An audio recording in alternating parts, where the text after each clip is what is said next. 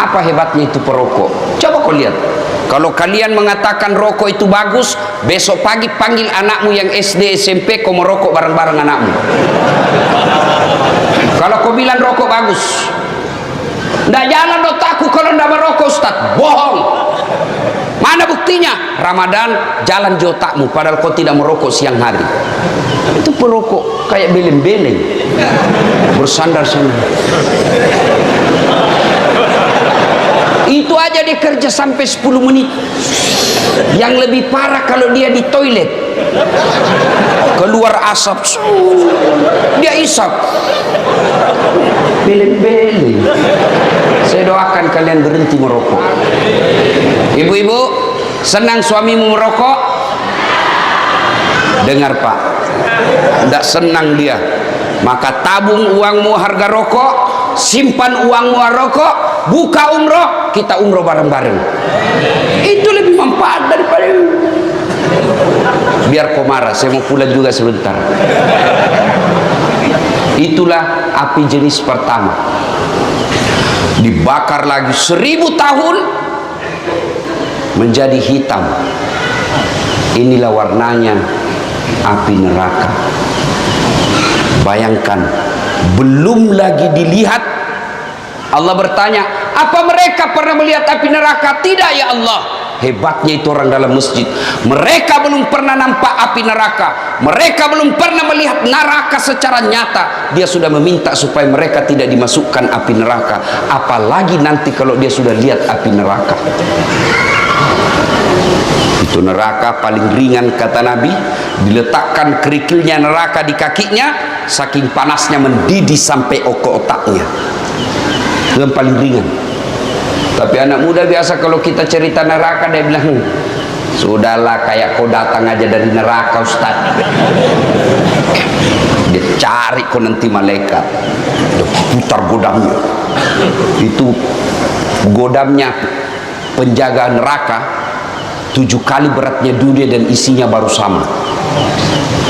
Kalau dihantam 1 kali, tak lempar 7 tahun baru sampai. Dia bilang anak mahasiswaku, enak dong bisa main game dulu.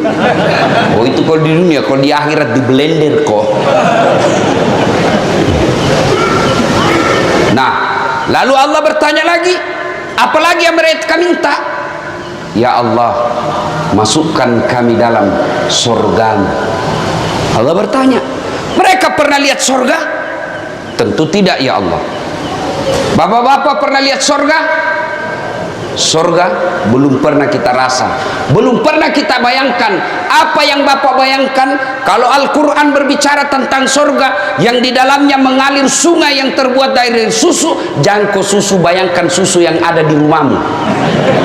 Tidak seperti itu.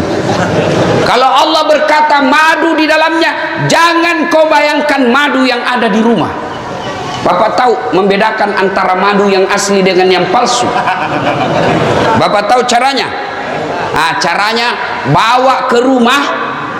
Kalau istri mengamuk di rumah, pasti madu asli.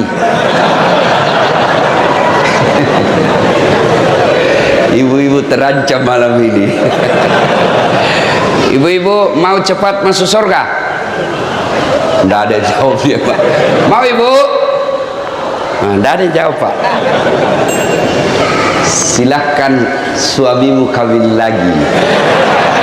Dia bilang, ibu-ibu banyak jalan menuju surga, memang banyak tapi macet. Nah, ini jalur pintas. Pernah dengar cerita penghuni surga sama penghuni neraka? Belum? SMS-an lah penghuni surga sama penghuni neraka. Dia bilang penghuni surga, bagaimana kabarmu di situ bro? Dia bilang, tidak ada enaknya di sini, di blender terus kita, siang malam tidak ada kesempatan untuk ngasuh. Waduh, dia bilang banyak artis, dia bilang sudah hancur semua mukanya. Lalu penghuni surga, penghuni neraka berkata, kamu bagaimana kabarmu di surga? Alhamdulillah, kami nyaman di sini. Dia bilang penghuni neraka, bolehkah kami jalan-jalan ke situ? Dia bilang boleh aja. Tapi bagaimana caranya? Penghuni neraka kan kreatif. Dia bilang gampang. kami dari neraka bikin surga, kamu juga dari neraka bikin jembatan, kami dari neraka bikin jembatan, kamu dari surga bikin jembatan, sama-sama kita bikin jembatan, ketemu di tengah. Setuju? Setuju. Lelang proyek, keluar pemenang tender, waktu pekerjaan 3 hari. Hari pertama jembatan dari neraka sudah selesai 50%, hari kedua tuntas 70%, hari ketiga selesai efektif dan efisien. Sementara jembatan dari neraka surga belum juga mulai. Lihat, kenapa ini jembatan dari surga belum mulai? Kita sudah sampai di sini. Teriaklah penghuni dari neraka, "Oi bos, kenapa itu jembatan belum kau mulai? Kami sudah sampai di tengah sesuai perjanjian. Bagaimana proyekmu? Kenapa belum mulai?" Dari surga terdengar suara, "Bagaimana mau dimulai? Kontraktor, pengawas, panitia, pemborong ada semua di situ."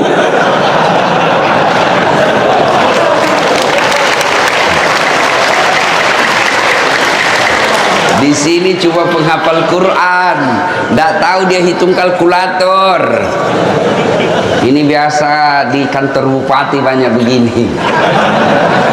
Kontraktor, hati-hati kok. Kau bisa tipu akali Pak Bupati, kamu bisa tidak dapat sama polisi, bisa kau sogok penegak hukum, tapi demi Allah kau tidak akan pernah bisa sogok malaikat. Kau kira kau bisa lepas dari pengadilan malaikat? Mentang-mentang kau pejabat mati tembak salvo 17 kali tembakan, tuk, kau kira malaikat mundur, tambah maju malaikat. Hati-hati, biasanya yang banyak begitu tim sukses.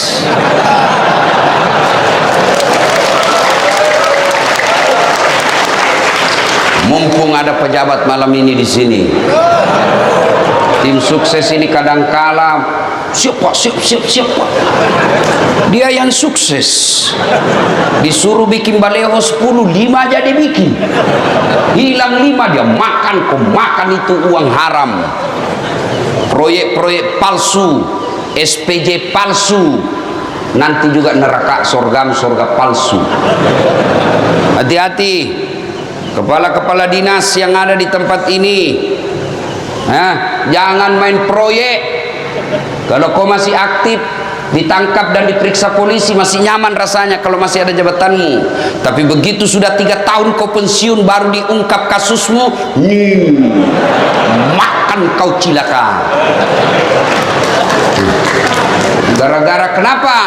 Banyak kontraktor-kontraktor begini, belum diresmikan jembatan sudah rusak, belum diresmikan pekerjaannya sudah hancur. Kenapa? Karena juga di kantor sudah ambil 20% sebelum dibangun. Kenapa ada 20%? Karena untuk menampil kada perlu duit banyak. Kenapa perlu duit banyak? Karena kalian juga mau disogok. Coba kalau umat Islam tidak ada yang mau disogok, maka terjadilah pemilihan pemimpin yang betul-betul sesuai syariah.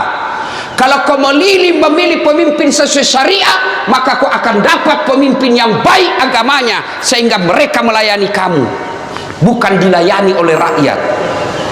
Sekarang kalau datang orang sosialisasi, kau bilang wani pero, dikasih kau 300.000 satu kali makan bakso habis. Di 5 tahun kau menderita. Ya kalau 5 tahun, kalau dia 2 periode, dia mau lagi 3 periode, pret. Siapa yang salah? Kita semua salah, umat Islam. Jangan salahkan pejabatmu saja yang korup. Mulai dari cara memilihmu sudah salah. Coba kalau mereka datang, dia dapat duit, kamu bawa duit, kau rekam. Pak, kami tidak butuh duit pak, kami butuh masa depan. Biar bapak tidak bawa duit, yang penting anak kami bisa cari kerja yang baik. Biar bapak tidak bawa duit, yang penting pertanian kami lancar. Biar bapak tidak bawa duit, yang penting kami bisa makan, terjamin keamanan, anak-anak kami bisa kerja dengan baik. Bapak tidak usah bayar kami. Tapi begitu kau minta 500.000, habis dalam 2 hari, dia tipulah kau 5 hari. Belum diresmikan proyeknya sudah hancur, dan ketika hancur jembatan, kamu sendiri yang rugi. Ya? Nanti kalau pilkada jangan lagi minta-minta duit. Kalian juga calon pemimpin, jangan kau sogok rakyatmu. Coba kalau tidak ada money politik, adik-adik kita yang sekolah ke Jawa, sekolah ke Sulawesi, mereka menjadi sarjana pertanian, mereka menjadi sarjana perikanan, mereka menjadi sarjana kelautan, mereka kembali ke Lombok, mereka kembali ke pulaunya, dia terapkan ilmunya, setelah jadi pejabat, dia pejabat cerdas karena memang dia punya kompetensi di situ. Jadi anggota DPR yang kompeten, tidak mendatangkan uang, mengandalkan uang saja. Maka lihatlah sekarang kita. Jadi anggota dewan tidak tahu persoalan. Kenapa? Karena dia hanya banyak duitnya. Ada anggota dewan di sini? Ada? Ada? Banyak? Tidak ada yang hadir, saya lihat. Coba kalau dicoblos, datang semua itu. Pakai songkok, pakai gamis, siap membela rakyat. Dia pasang fotonya di pinggir jalan, terbalik kepalanya. Dia bilang siap jungkir balik untuk rakyat. Pret! Begitu terpilih, hilang, tidak pernah ketemu lagi kita. Dia ganti nomor HP-nya. Banyak di sini? Banyak di kabupaten ini? Kau salah, kenapa kau pilih? Lanjut kisah. Ya Allah, masukkan kami ke surga. Lalu Allah bertanya, apa mereka pernah melihat surga? Tidak.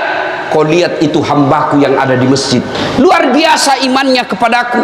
Mereka belum pernah lihat surga, dia sudah meminta dimasukkan ke dalam surga. Bagaimana lagi nanti ketika mereka melihat surga? Pasti mereka sangat menginginkannya.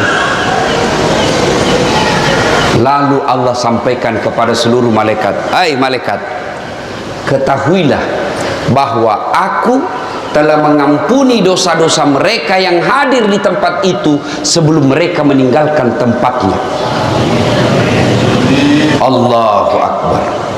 Jadi ternyata pengajian seperti ini bukan sekedar dengar ceramah, tapi pengajian seperti ini menghapus dosa dan kesalahan yang pernah kita lakukan.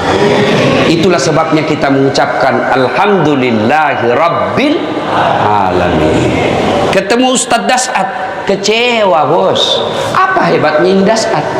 Kecil, ceper, kurus. Ada yang tidak enak kalau saya ketemu, ternyata kecil aja aslinya. Ibu-ibu lebih parah, dia bilang, itu juga bajunya waktu di YouTube. Alhamdulillah. Itulah sebabnya setiap ada pertemuan, Pak Bupati tadi mengucapkan Alhamdulillahirabbil alamin. Setiap ada pembicara pasti Alhamdulillahirabbil alamin. Kenapa? Pertemuan pengajian begini menghapuskan dosa-dosa. Dan hebatnya lagi, kita bersyukur karena kita punya iman.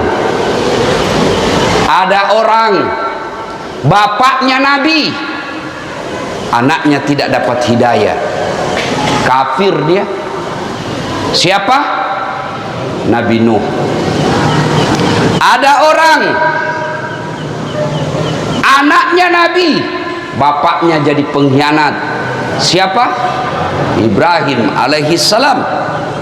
Ada orang suaminya Nabi, istrinya tidak dapat hidayah, kafir, Nabi Lut.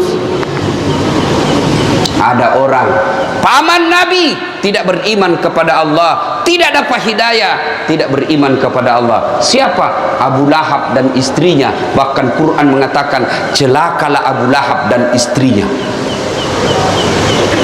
Kita alhamdulillah di Lombok bukan kemanakan Nabi, bukan bapak Nabi, bukan istri Nabi, bukan suami Nabi, bukan paman Nabi. Alhamdulillah kita beriman kepada Allah Subhanahu wa ta'ala. Itulah sebabnya kita alhamdulillahirabbil alamin.